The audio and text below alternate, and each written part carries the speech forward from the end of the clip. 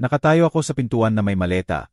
Handa nang lumipad kasama ang anak kong si Lina papuntang Europe para sa bakasyon nang may mag-text sa akin. Hindi ka nasasama sa amin papuntang Europe. Gusto ni Tony na puro pamilya lang ang bakasyong ito. Dinala lang nila ang biyenan kong lalakit babae at iniwan ako. Ito pa rin pagkatapos kong buong bayaran ang bagong bahay nila sa Quezon City. Kaya kinansela ko lahat ng bayad at ipinagbili ko na ang bahay. Hindi mo paniniwalaan kung ano ang nangyari pag-uwi nila. Bago tayo magpatuloy, pakisubscribe naman sa channel at sabihin nyo sa comment kung saan kayo nanonood. Natitiklop ko pa ang paborito kong travel polo na may kwelyo nang tumunog ang cellphone ko sa ibabaw ng bedside table. Ang asul na koton ay malambot sa mga daliri ko habang pinapakat ko ang mga kulubot. Iniisip ko pang isuot ito sa hapunan sa maliit na karinderya na nakita ni Lina malapit sa Intramuros. Nakabukas ang maleta ko sa kama na parang pangako. Kalahating puno na ng mga piniling damit para sa aming European adventure. Suni ang weather appy sa Maynila. Perpekto sa mga lakad na prinin ko na at isinilid sa carry-on. Kumakanta pa ako ng lumang kundiman habang pinipili ko kung ang brown kong leather shoes o ang komportableng rubber shoes ang dadalhin. Nakapatong sa bedside table ang mga ticket papuntang NAI Terminal 3 kasama ang pasaporte ko. Paihong bago at handa na. May 6 na oras na lang bago ang flight. May kaba-excitement ang dibdib ko na taglay ng mga taong malapit ng magbiyahe. Tumunog ulit ang cellphone. Pangalan ni Lina ang lumitaw sa screen. Ibinaba ko ang polo at kinuha ang cellphone. Akala ko last minute flight details o paalala kung saan magkita sa airport. Sa halip, mga salitang nagpapatigil sa dugo ko. Hindi ka nasasama sa amin sa Europe. Sa tingin ni Tony mas maganda kung puro pamilya lang ang bakasyon. Binasa ko ng 1, 2, 3 beses. Nakahinto ang hinlalaki ko sa screen na para magbabago pa kung maghihintay ako. Nakasabit pa sa mga kamay ko ang sweater na titiklop ko sana habang sinusubukang unawain ng utak ko ang nakikita. Puro pamilya lang. Paulit-ulit sa isip ko na parang sirang plaka. Ako ang tatay niya. Ako ang naglano ng biyaheng ito. Ako ang bumili ng ticket, nag-research ng kakainan, gumawa ng itinerary sa hindi mabilang na gabing pagpaplano. Ano ang ibig sabihin ng puro pamilya lang kung tatay mo ang kausap mo? Naupo ako ng malakas sa gilid ng kama. Nakabukas pa rin ang maleta sa tabi ko. Bahagyang nanginginig ang mga kamay ko habang nagtataype ng tanging sagot na maisip ko. Sage. Bumigat ang disappointment sa dibdib ko na parang bato. Tiningnan ko ang paligid ng kwarto. Lahat ng inihanda ko para sa biyaheng hindi na mangyayari. Mga travel size na toiletry na nakahanay sa dresser. Mga gidebook na may yellow sticky notes sa mga lugar na plano naming puntahan. Bagong kamera na binili ko para lang sa bakasyong ito. Nakabots pa. Isinara ko ang maleta ng dahan-dahan at maingat. Bawat kalampay ng lock ay parang huling tunog sa tahimik na kwarto. Tumawag ako sa airline. Nakikinig sa hold music habang naghihintay na ikansela ang ticket ko. Sympathetic pero mabilis ang customer service. Sorry po sa pagbabago ng plano, Emar Ramos, sabi niya, at naisip ko kung narinig niya ang disappointment sa boses ko. Pagkatapos, naupo ako sa sala, nakatitig sa mga travel brochure na nakakalat sa center table. Mas matahimik ang bahay kaysa karaniwan. Parang may tumutunog sa tenga ko. Sa labas, tumatahol ang aso ni Aling Peterson sa malayo. Matinis at paulit-ulit sa katahimikan ng subdivision. Pinulot ko ang isang brochure. Makintab na pamphlet tungkol sa mga old churches sa Ilocos. At inilagay sa side table. Pakiramdam ko maliit at walang kwenta ang ginawa ko. Pero yun lang ang kaya ko sa sandaling iyon na naunawaan kung sadyang iniwan nila ako. Dumating ang gabi na may parehong katahimikan na bumalot sa bahay buong araw. Gumalaw ako sa mga oras na parang multo. Iniwan ang mga plato ng hapunan sa lababo sa halip na hugasan agad gaya ng dati. Nakatayo pa rin ang nakabalot na maleta sa pintuan ng kwarto. Palaging paalala ng mga planong hindi na matutupad. May ingay ang tea sa sala. Evening news na hindi ko talaga pinapanood. Paulit-ulit kong chine-check ang cellphone kahit wala namang dahilan. Nag-scroll sa wala. Restless energy ang mga daliri ko sa screen. Baka makatulong ang Facebook sa lungkot sa dibdib ko. Nagdaan ako sa mga litrato ng pusa ni Tita Johnson. Mga recipe na share ng book club. Political posts na ayokong basahin. Ang asul na liwanag ng screen ay kakaibang nakakaaliw sa lumulubog na dilim ng sala. Tapos nakita ko na mga magulang ni Tony na nakatayo sa harap ng Chocolate Hills sa Bohol. Parehong nakangiti sa kamera na may itsura ng turista na nakakuha ng perpektong litrato. Caption: simula ng pinakamagandang family vacation ever. 2 oras pa lang ang nakakalipas ang post. Nagyelo ang hinlalaki ko sa screen. Baka iba silang lakad. Baka lumang litrato lang. Bumilis ang tibok ng puso ko habang nag-click sa profile para makakita pa. Nandyan na. Parehong lugar, parehong oras, pero 4 na tao na sa litrato. Mga magulang ni Tony, si Tony at Lina, magkakasama sa harap ng restaurant sa Boracay. May wine glasses sa mesa sa likod nila. Caption ni Lina ang nagpabagsak ng tiyan ko. Sobrang thankful sa family time sa isla ng mga pangarap. Binilang ko ang mukha sa litrato na nanginginig ang daliri. 1, 2, 3, 4. Ang salitang pamilya ay parang tatak sa isip ko. Ibinaba ko ang cellphone sa center table. Nakatitig pa rin ang masayang mukha nila. Tumayo ako at naglakad-lakad papuntang kusina. Tumingin sa labas sa bahay ng kapitbahay kung saan mainit ang ilaw mula sa mga bintana. Mga pamilyang magkakasama sa gabi. Dumating ang pagtataksil sa mga alon. Bawat isa mas malakas kaysa dati. Kinuha ko ulit ang cellphone. Umaasang nagkamali ako ng basa. Sana ibang kwento ang litrato. Pero nandyan pa rin, sariwa ang timestamp. Maliwanag at walang pakialam ang ngiti nila. 4 sila sa lugar na pinapangarap kong puntahan. Ginastos ang bakasyon na plano ko. Gamit ang itinerary na ako ang nag-research. Bumalik ako sa bintana ng kusina at nakita ang refleksyon ko. Parang multo at malalim ang mata. Sa likod ng refleksyon ko, kita pa rin sa cellphone ang group photo nila. Ang kaligayahan nila, nakapatong sa nag-isang imahe ko sa salamin. Matindi at masakit ang kaibahan. Visual reminder kung saan ako talaga sa definition nila ng pamilya. Halos hindi ako nakatulog. Paikot-ikot habang naglalaro sa talukbong ng mata ko ang mga litrato ng bakasyon nila. Dumating ang umaga na may gray na liwanag sa kurtina ng kwarto. At alam kong kailangan ko ng sagot. Hindi ko pwedeng palagpas ito nang walang paliwanag. Bahagyang nanginginig ang tasa ng kape ko habang nakaupo sa mesa sa kusina. Naginsayo kung ano ang sasabihin ko kay Lina. May time difference, hapon na sa kanila, perpekto para tawagan. Huminga ako ng malalim at tinawagan ang number niya. Nakikinig sa mahal na tunog ng international ring. 3 ring, 4, tapos ang boses niya, masaya at malakas. Kamusta, Dad? Naririnig ko ang ingay sa background. Boses ni Tony. Tunog ng trapiko. Ang ingay ng lungsod. May kailangan akong maliwanagan. Sabi ko ng diretsa. Ano yon? Parang distracted siya. Marahil nakatingin sa monumento o tindahan. Nakita ko ang mga litrato sa Facebook. Kasama ang magulang ni Tony. May mahabang katahimikan. Tapos nagbago ang tono niya. Naging defensive. Dad, may paliwanag kami. Sabi mo puro pamilya lang. Ano ako? Mas lumamig ang boses niya. Tony said overwhelming ka raw. Ayaw niyang masira ang bakasyon niya. Parang suntok sa akin ang salitang overwhelming. Masira. Ako ang naglano ng trip na yan. Ako ang bumili ng ticket. At ang magulang ni Tony, sila ang nagbayad sa sarili nila. Hindi nila inaasahan na alagaan natin sila palagi. Palagi. Nakabitin ang salita na parang paratang. Tinulungan ko kayo noon nang yan ang pinili nyo. Putol niya. Hindi kami humingi ng guilt trip. Narinig ko si Tony na tumatawa sa background sa ibang bagay. Walang pakialam sa usapan namin. Nakuyom ang pangako. Honestly, Dad, patuloy ni Lina. Tumitigas ang boses sa bawat salita. Tama si Tony. Sobrang needy mo. Naging mabigat ang cellphone sa kamay ko. Naiintindihan ko.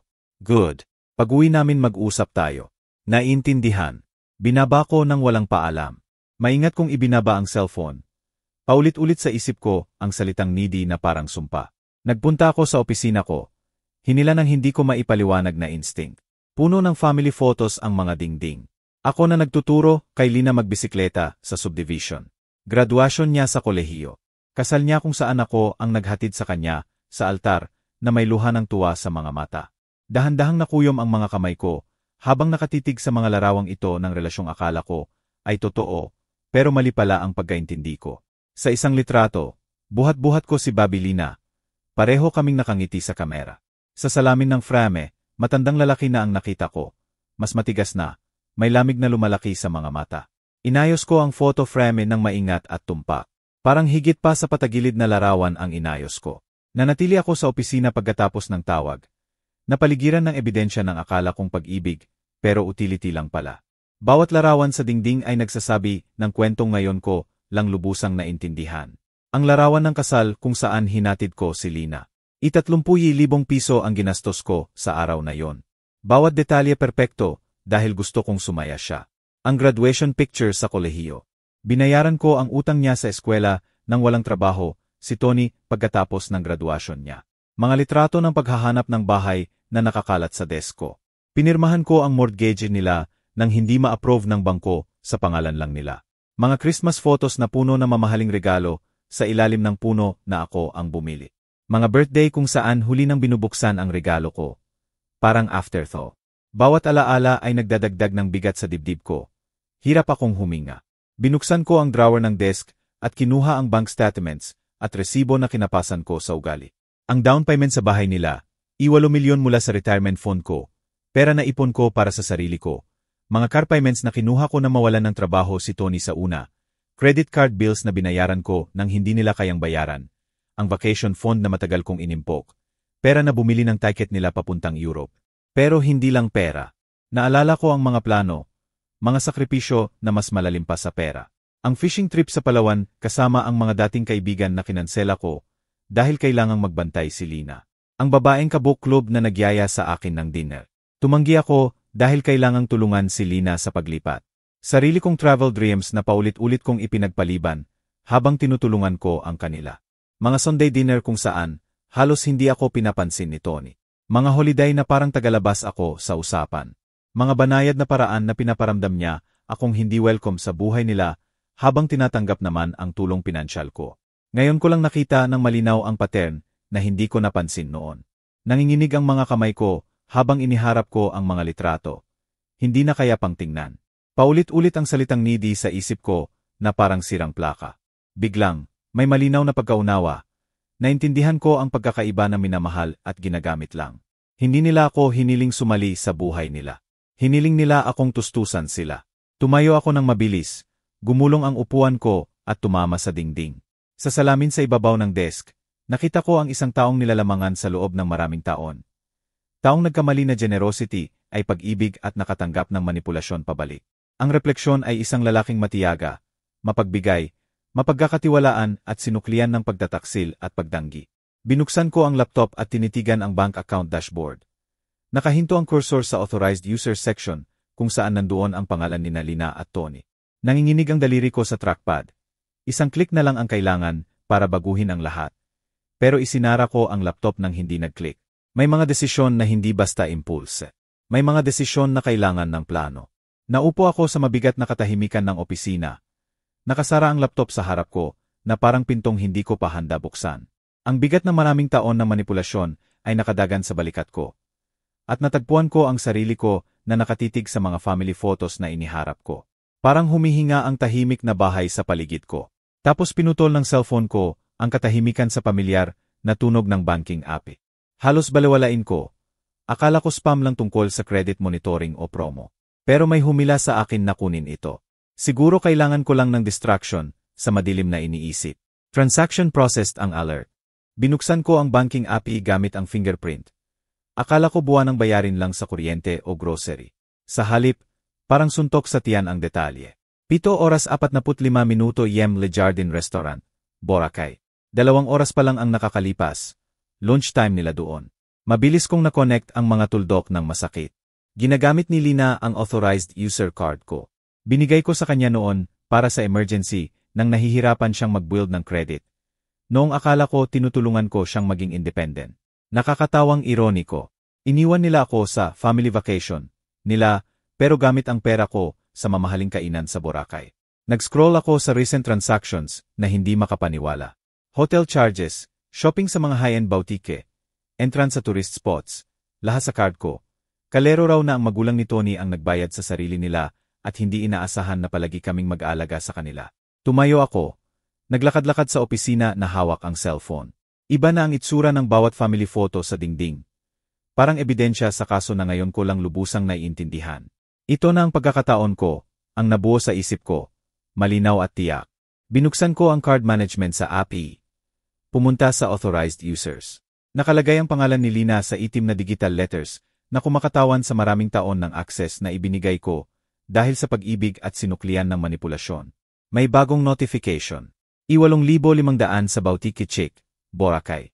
Nagsho-shopping siya habang ako nag-iisa sa bahay. Pinoproseso ang pagtataksil nila. Iyon na ang nagdesisyon sa akin. Nakahinto ang daliri ko sa remove user button ng sandali lang. Maraming taon ng pagiging supportive father ang nakipag-away sa lumalaking katiyakan na iba ang suporta sa pagsasamantala. Lumitaw ang confirmation screen. Sigurado ka ba na hindi na ito maibabalik? Pinili ko ang yes. Remove immediately. Confirmed. Nawala na ang authorized user access. Naramdaman ko ang unang tunay na kontrol sa maraming taon. Kakaiba pero kasya siya. Maingat kong ibinaba ang cellphone sa desk. Tumingin sa madilim na computer screen kung saan nakita ko ang refleksyon ko. Sa unang pagkakataon sa loob ng mga araw, may ngiti akong lumitaw sa mukha. Nagpunta ako sa kusina para magkape. Mas may layunin ang mga galaw ko kaysa noong nakatanggap ako ng unang text na iyon. Umuungal ang coffee maker, at sa bintana ko naririnig ang lawn mower ng kapitbahay. Ordinaryong buhay na nagpapatuloy habang nagsisimula ang tahimik kong revolusyon. Kinabukasan, nasa mesa ako sa kusina. Talagang tinatamasa ang kape sa unang pagkakataon sa loob ng mga araw. Nakabuklat ang diaryo, binabasa ko ang tungkol sa local high school graduations. Nang tumunog ang cellphone ko ng paulit-ulit. International number na kilala ko. Tiningnan ko ang oras. 9 oras CM dito, 4 oras CM doon.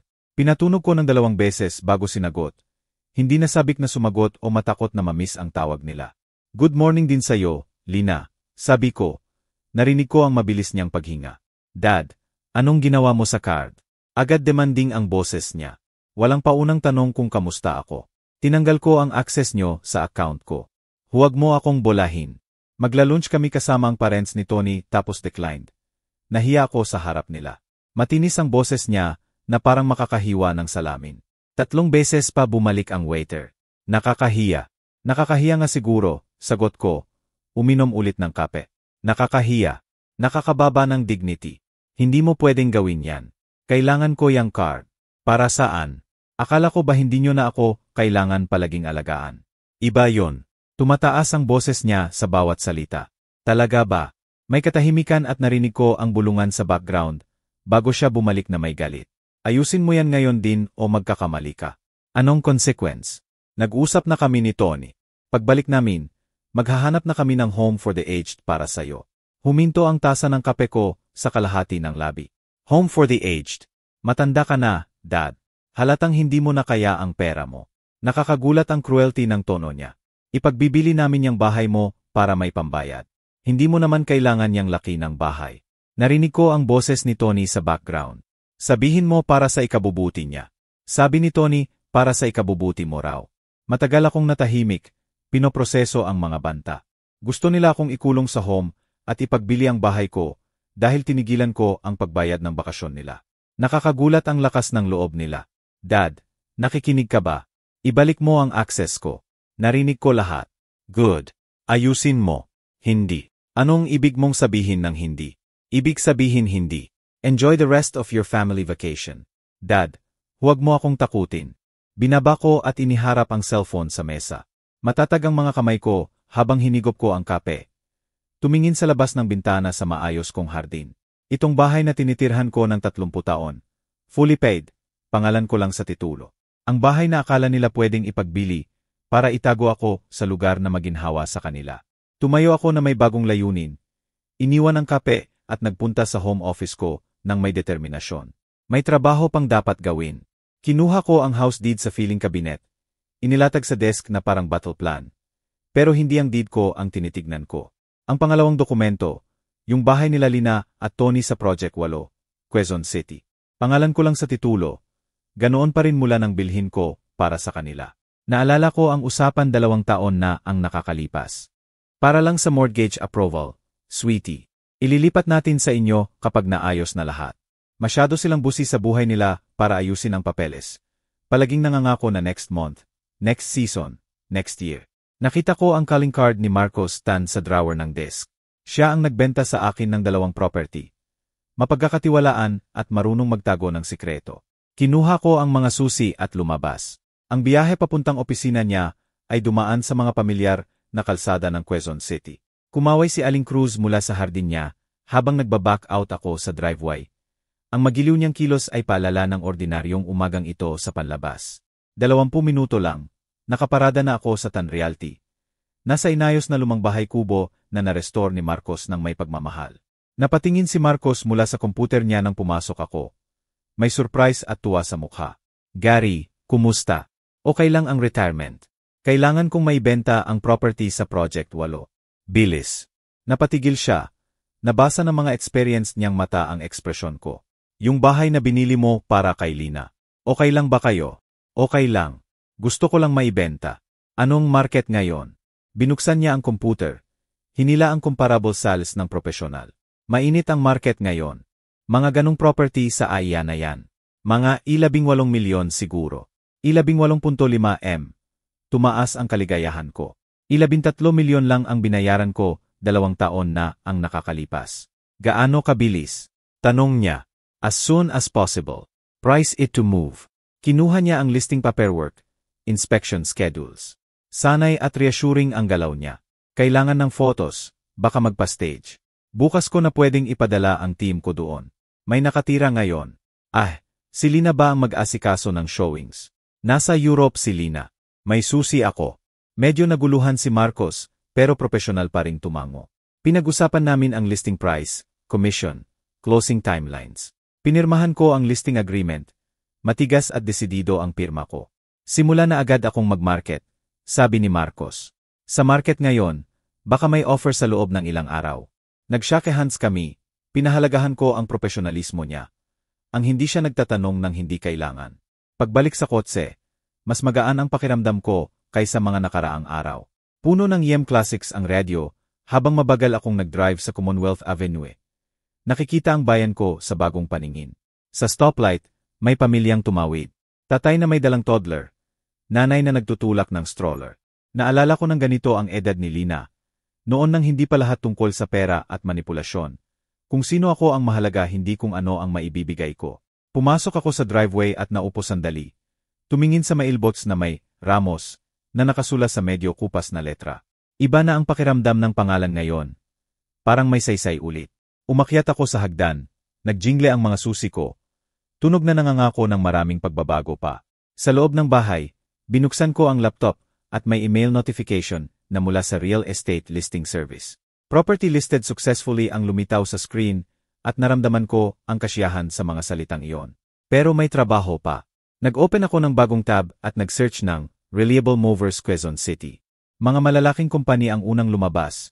Pero nag-scroll pa ako para sa personal at mapagkakatiwalaan. Nakita ko ang Dave Ampersand Sons Movers. Maliit na negosyo na may magandang review. Family-owned ng 15 years. Yung tipong kausap mo ang may-ari, hindi call center. Tinawagan ko, umaasang yun nga. Dave Ampersand Sons Movers, si Dave ito. Malalim at diretsong boses, walang corporate script. Kailangan ko po ng tulong bukas para maglipat. Urgent po. Anong timeline? Bukas ng umaga kung pwede. Buong bahay po. Saan po from at to? Binigay ko ang address ni Lina. Sinabi kong lahat ilalagay sa storage. May storage unit na po. At napagtanto kong kailangan ko pang mag-ayos nun. May I recommend ako? Secure storage sa Roosevelt Avenue, sabi ni Dave. Lagi kaming magkasama. Gusto nyo ang number? Sa ilang minuto, ka-three-way call na kami ni Janet ng secure storage. Para sa buong bahay, kailangan nyo ng isa 0x20 unit. Payag si Dave. First month 12,000, sabi ni Janet. Okay na po. May pupwede po bang mag-meet bukas? Balik kay Dave. Finalize ang detalye. Truck ko at 2 tao. 8 AM pwede na kami. Binigay ko ulit ang address sa Project 8. Idinagdag. Nasa abroad ang nakatira. Gusto ko matapos bago sila dumating. Naiintindihan ko. Family matter. Parang sanay na si Dav sa ganitong sitwasyon. Ganun nga. Marami na akong nakita. Magiging mabilis at respectful kami. Pagkatapos ng tawag at pagbayad online ng storage, nagluto ako ng hapunan na may ganang hindi ko naramdaman sa mga nakaraang araw. Nagset ako ng alarm ng 6 oras 30 minuto YM mas maaga kaysa sa retirement routine ko at inilatag ang mga dating work clothes. Lumang maong at boots ko noong kontraktor pa ako. Bago pa ako naging taong nagpupondo sa pangarap ng iba sa halip na sarili ko. Naupo ako sa sala na nanonood ng evening news ng may ibang atensyon. Maganda ang weather forecast, perpekto sa paglilipat. Lahat ay nahuhulog sa lugar ng may precision na kasya siya at hindi maiiwasan. Gabing iyon, double-check ko na naka-charge ang cellphone. Inilagay sa bedside table kasama ang baso ng tubig. Sa salamin ng banyo habang nagsisipilyo, nakita ko ang isang taong hindi ko nakilala, handa ng gumalaw, Taong hindi na naghihintay ng permiso para kunin ang kontrol ng buhay niya. Dumating ako sa Project 8 property ng 7 oras 45 minuto AM. 15 minuto maaga gaya ng ugali ko. Iba na ang hitsura ng pamilyar na bahay sa akin ngayon. Hindi na bahay ng anak ko. Simpleng property na kailangang i-clear. Nakaparada na ang truck ni Dev. Umandar ang makina. Kita ang usok sa malamig na umaga. Lumapit si Dev mula sa cab nang huminto ako. Matibay na lalaki na mga 50 anyos na may practical na itsura ng taong nakakita na ng maraming family drama ng walang judgment. Ang dalawang crew niya, mas bata na naka-company shirt, nag-unload na ng equipment ng mahusay. Emar Ramos. Inabot ni Dev ang magaspang na kamay. Handa nang magsimula. Binuksan ko ang pintuan gamit ang spare key. Tahimik at walang laman ang bahay na tama lang. Room by room kaming naglakad. Tinatantya ni Dev ang furniture at gamit ng profesional. Mga 3 oras siguro, 4 kung may mabibigat, sabi niya, nagsusulat sa clipboard. Itinuro ko kung ano ang kay Lina at Tony, na lahat nga. Ang mahal na sectional sofa na regalo ko last Christmas. Ang gaming setup ni Tony sa home office. Ang dami ng damit ni Lina na umaabot sa 2 walk-in closet. Nagsimula sila sa mga kahon mula kwarto, balot at label ng maayos. Nagmalaki akong tumulong kahit nagprotesta si Dev tungkol sa liability. Hindi pa ako ganun katanda, sabi ko, at nakangiti ang isang bata. Maya-maya, buhat-buhat ko na ang mga kahon na may label na, mga aklat ni Lina, at sports equipment ni Tony. Kakaibang kasiyahan ang makita ang mga gamit nila na nakaimpake ng maayos. Sa closet ng kwarto nila, nakita ko ang photo albums ng kasal nila. Binuklat ko, halos wala ko sa karami sa mga litrato. Kitang-kita ang pamilya ni Tony habang ako 3 litrato lang. Lagi sa gilid. Isinara ko ang album at ibinigay sa crew ni Dave. Kwarto-kwarto, nilinis namin ang mga mamahaling bagay na nakalimutan kong binili ko para sa kanila. Designer bags, electronics, ang leader dining set na binili ko sa first anniversary nila. Nagsimulang sumakit ang likod ko, pero tinuloy ko. May layunin na hindi ko naramdaman sa maraming taon. Sa kwarto na sanay magiging nursery, nakita ko ang baby furniture na na-assemble nila para sa apo na hindi dumating. Sandali akong nag-alinlangan. Masyado ba akong harsh? Tapos nakita ko ang credit card statements ni Tony na puno ng luxury purchases habang nagpapakapobre sa akin. At nawala ang alinlangan. Okay ka lang, Emar Ramos? Tanong ni Dave. Napansin ang biglang paghinto ko. Ala-ala lang. Tuloy lang kayo. Bandang 11 oras 30 minuto AM. Natapos na ang final walkthrough ng walang laman na bahay. Iba na ang etyo ng mga kwarto. Sinag ng araw sa walang laman na sahig. Kinandado ko at isinilid ang susi. Sumunod sa moving truck papuntang secure storage. Pinanood ko ang mga gamit nila na nawala sa unit 47B. Binayaran ko si Dev ng cash. Malaking tip. Sana mag-aayos kayo, Emar Ramos. Sabi niya nang may tunay na init. Pag-uwi ko mag-isa, nagilaw ang cellphone ko ng Facebook notification. Pumasok ako sa garahe, tumutunog pa rin sa cup holder. Parang insistent reminder na ang tahimik kong umaga ay magiging komplikado. Sa loob ng bahay, chinek ko na ang cellphone at maraming notifications. Nag-post si Lina ng galit na status. May mga taong walang galang sa family privacy. Puno ng comments ang mga kaibigan na nagtatanong kung ano ang nangyari habang ginagampanan ni Lina ang biktima ng perpekto. Isinara ko ang Facebook nang walang sagot at tinawagan ulit si Marcos Tan. Gay, good news. Masaya ang boses ni Marcos. May seryosong buyer na. Cash offer agad. Bagong lipat lang na yung couple dito sa QC. Gusto nila ang neighborhood. May pause siya para sa effect. Offer 18.5M. Mas mataas pa sa inaasahan natin. Tumaas ang kaligayahan ko. Kailan nila gusto i-close? Yun nga. Gusto nila agad. Pwede silang lumipat this weekend kung okay. Tiningnan ko ang kalendar. Thursday ngayon. This weekend. Nasa corporate apartment sila month to month.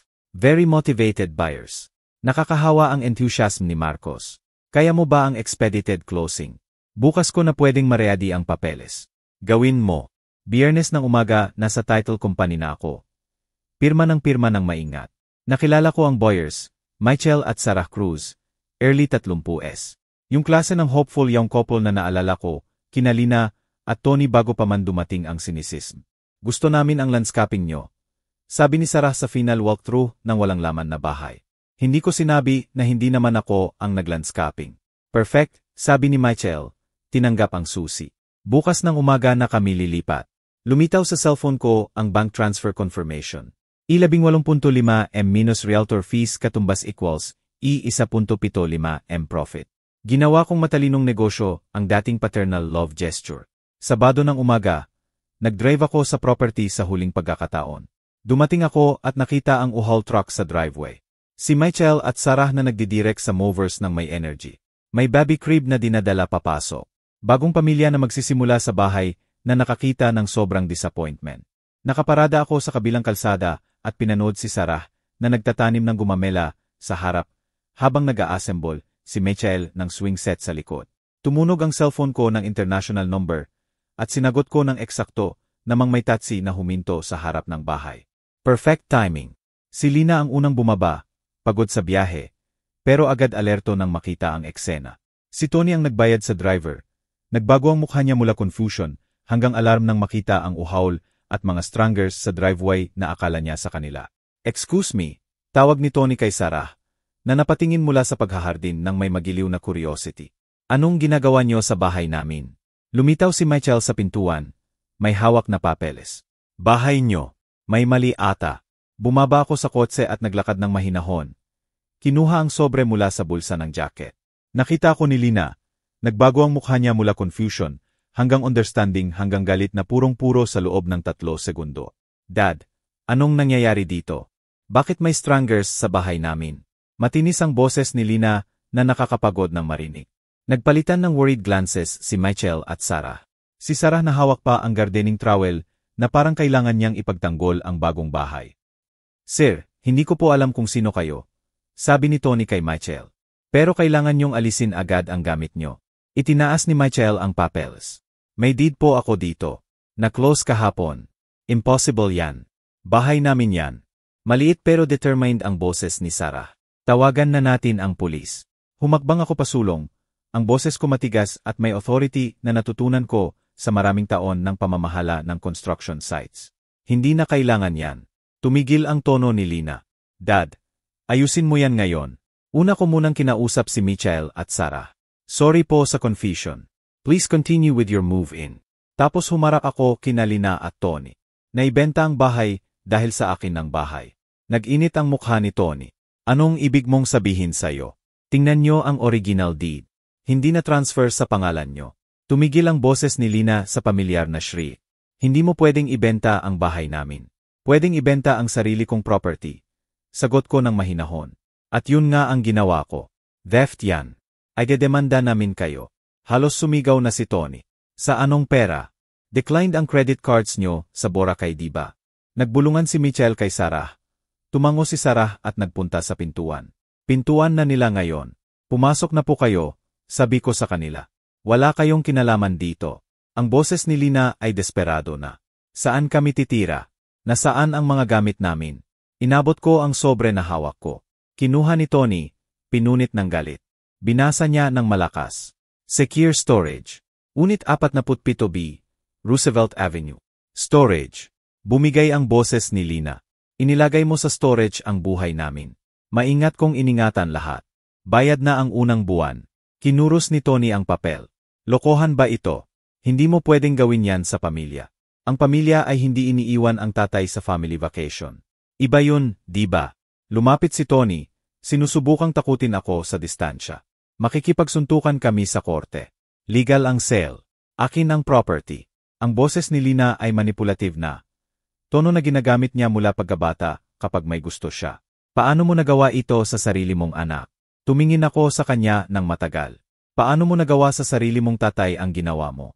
Lumabas si Sarah mula sa bahay. May pag-aalala sa boses. Okay lang po ba? Okay lang, sabi ko sa kanya. Enjoy your new home. Nakatayo si Lina at Tony sa sidewalk. Hawak pa ang mga maleta mula Europe. Parang turista na naligaw sa buhay ng iba. Naglakad ako pabalik ng kotse nang matatag ang hakbang. Matibay ang dating work boots ko sa sementadong kalsada. Hindi pa tapos ito, sigaw ni Tony sa likuran ko. Sumakay ako sa kotse at pinaandar. Bumalik ang Yem Classics kung saan huminto. Tapos na. 3 buwan pagkatapos, nagbabasa ako ng diaryo nang tumunog ang doorbell. Process server na may legal documents. Lina at Tony's lawsuit. Pinirmahan ko ng walang gulat. Paghapon, binabasa ko na ang desisyon ng korte sa kusina. Dismissed. Legal right ng owner na ibenta ang sarili niyang property. At walang simpatya ang judge sa claims nila. Sila ang magbabayad ng attorney fees nila. Tumawag ang lawyer ko sa loob ng 1 oras. Clean victory, Gary. Walang grounds for appeal. May maliit na article sa local paper. Family property dispute resolved. Inilagay ko sa bagong folder na legal victory at nagpatuloy sa araw ko. Mainit ang chismis sa bayan sa loob ng mga buwan. Sa coffee shop, narinig ko ang mga usapan. Palagi ko nang akala entitled yang manugang. Sabi ng iba, si Gary Ramos matiyaga buong buhay. Dapat lang mas mahal ang treatment sa kanya. May mga ilang hindi sumasang-ayon. Dapat magsama-sama ang pamilya. Pero natuto na akong hayaan ang opinyon ng iba na dumaan lang. Nakita ko si Marcos Tan sa hardware. Tinanong niya, kumusta ka na sa lahat? Mas maayos kaysa inaasahan. Nang hapong iyon, pumunta ako sa pet store na napansin ko ilang buwan na ang nakaraan. Si Mats, 3-year-old golden retriever, naghahanap ng bagong tahanan dahil lilipat abroad ang pamilya niya. Mula sa pamilya, good with people, mahilig mag-car ride, sabi ng may-ari. Lumuhod ako at agad lumapit si Mats. Nakangiting nakalabas ang dila. Parang ako talaga ang hinihintay niya. Instant ang connection. Parang naintindihan ni Mats ang kalungkutan ko. Ako naman, nakita ko ang pangangailangan niya ng kasama na hindi siya iiwan. 1 oras lang, nakasakay na si Mats sa kotse ko. Ulo sa labas ng bintana. Pareho kaming papunta sa bagong simula. Sa unang gabing yon, natulog si Mats sa paanan ng kama ko. At sa unang pagkakataon sa loob ng mga buwan, hindi na kami nag-iisa. Kasama si Mats sa paanan ko, nag-research ako ng travel trailers online. Best areas for senior travel ang nagdala sa akin sa mga article tungkol sa kalayaan at adventure. Sa Ari dealerships, masigasig ang mga salespeople. Nag-test drive ako ng 25 ET Airstream. Perfect size para sa isang tao at isang aso na na-claim na ang passenger seat bago pa kami makapirma. Ginamit ko ang trade-in value ng second car ko plus savings para bilhin ito ng cash. Agad na nagustuhan ni Mats ang Ari Life. Naglano kami ng ruta. National parks, maliit na bayan, mga lugar na palagi kong gustong puntahan, pero ipinagpaliban ko dahil sa family obligations. Ang umaga na umalis kami sa Quezon City, handa na ang bahay ko para sa matagal na pagkawala. Naayos ko ang mail hold at pinakiusapan ang mga kapitbahay na bantayan ang property. Nagload ng trailer, nag-empek ng camping gear, supplies ni Mats, at isang photo album lang. Mga litrato ni Lina noong bata pa siya, bago pa kami binago ng disappointment. Naramdaman ni Mats ang paparating na adventure. Nakakahawa ang excitement niya habang pinaandar ko ang makina at chinek ang trailer connection. Nag-drive kami sa Quezon City sa huling pagkakataon. Dumaan sa mga pamilyar na lugar na lumiit na ngayon. Dumaan sa Project 8. Nakita ko ang mga anak ni na Michael at Sarah na naglalaro sa harap. Sa wakas puno na ng kaligayahan ang bahay na dapat sana. Ang highway sign ay nagsasabi, Baguio, 250 kilometro. Si Mats na nakalabas ang ulo sa bintana. Matatag ang kamay ko sa manibela. Pareho kaming malaya sa wakas. Gabing iyon, tumigil kami sa isang scenic overlook sa La Union. Binuksan ko ang camping chair habang siniset ang araw sa dagat. Nagpipintura ng orange at purple sa langit na hindi ko pa napapansin noon. Si Mats na nakahiga sa tabi ko, kontento at loyal, walang ibang agenda kundi companionship. Sa unang pagkakataon sa maraming taon, eksakto ako kung saan ako dapat naroroon. Kung gusto niyo ang kwentong ito, pakilik ang video, mag-subscribe sa channel, at i-share niyo ang inyong reaksyon sa comment. Para sa susunod na kwento, i-click ang box sa kaliwa.